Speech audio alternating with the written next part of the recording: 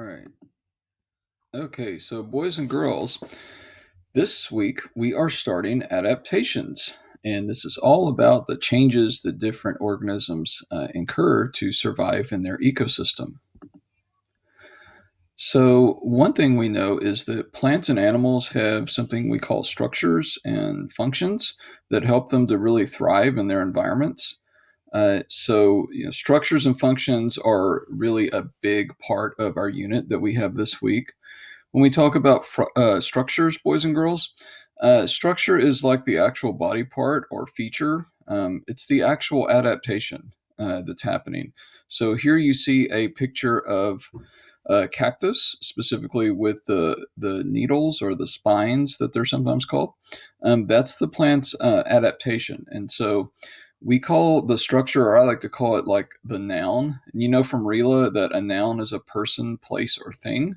Well, this is the thing that's doing something. Okay. So when we talk about the function's kind of like the verb, it's the action that's happening. So in the case of the cactus, the needles or the spines, those are the structure, that is the thing. And the function is the verb, it's what's actually happening, the action. And so in the terms of the cactus, the needle's function is to protect it from predators, and sometimes those predators may be herbivores, they could be omnivores, because as we know, a cactus is a plant. And so cacti live in deserts, which are really dry and do not have a lot of water, but cacti store water inside them. And so they need to keep that water because it doesn't have very much water or rainfall in the desert. So those needles or spines serve as a function to protect its water supply, basically. So for plant adaptations, we see a picture of the rainforest and how tall those trees are. And so its adaptation is to be able to grow really tall very quickly. That helps it to reach sunlight. And so in the Arctic, you see like the tundra there on the left. And so there may be a lot of sunlight in the summer, but the wind is blows really hard, and so it's kind of difficult for tall trees to grow there. So there are a lot of short grasses and plants grow in that ecosystem, and so that's kind of an adaptation is that it grows shorter. So also for plant adaptations, we see like there's the ocotillo on the right. That's the kind of tall, spiky kind of looking plant you see there. That's called ocotillo. And you will see that on the quiz, I believe, below in one of the questions. But boys and girls, you have a lot of water loss that can occur in the desert because of the heat. So that's why they don't have big leaves, because if they had big leaves, they would have a lot of water loss through transpiration, which we remember was part of the water cycle. So by not having big leaves, it kind of avoids, having a lot of water loss there. So also, we just have another picture of some prickly pear cactus on the cacti on the left. That is the type of cacti that typically grows in Texas. So if you've ever been in the Austin area or San Antonio or out in the hill country, that's the type of cacti that you typically will see out in that area. So for animals, animals have many different types of adaptations. Their feet is a big adaptation that often you'll see in different animals. With ducks, you see webbed feet, and that helps them to be able to swim. Uh, with horses and deer and gazelles, you see hoofed feet on them, and so that helps them run faster on prairie grasses and get a good footing wherever they're running. You see at the bottom, you see the eagle's talons. The talons are what we call their kind of like their claws or their feet.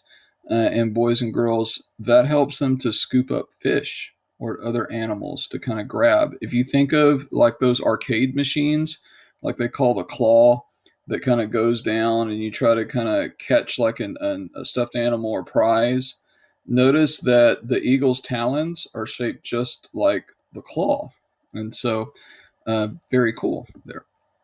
So, with different limb adaptations, You see here the jackrabbit that has really strong hind legs. Helps them to hop away really quick when they're being hunted by predators.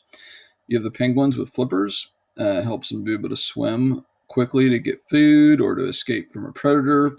And then you have similar features with the kangaroo. Helps them to be able to jump or run really long distances. Mouth adaptations. So, an animal's teeth is kind of like a dead giveaway for what they are typically eating. You have, as it says in the picture, sharp teeth tear meat, flat teeth, like on cattle, that would grind grasses. A short beak on a bird breaks nuts, and then a long beak catches fish. Okay. So you see a hawk on the bottom left, and then you see a hummingbird. The hawk is going to be able to. A hawk is a predator, and goes after animals like mice and squirrels and things like that. So that would be to help it to catch its food, to be able to get in there. And then we have the hummingbird, which has a long beak, and that's to help it to get nectar from flowers. Okay.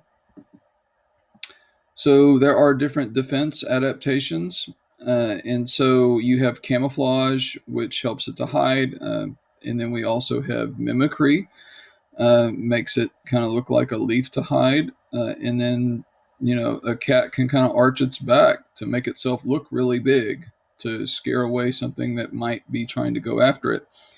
At the bottom here, you see a dragon seahorse that kind of looks like a leafy plant underwater. And you see a baby deer with the spots to kind of help it hide. You also see an Arctic hare. Hare, Hare, is another word for a rabbit. And so you see how it is really kind of camouflaged into the snow there. For temperature adaptations, you have polar bears there. They have really thick uh, fur, as well as like thick layers of blubber underneath to help it protect itself from the cold weather.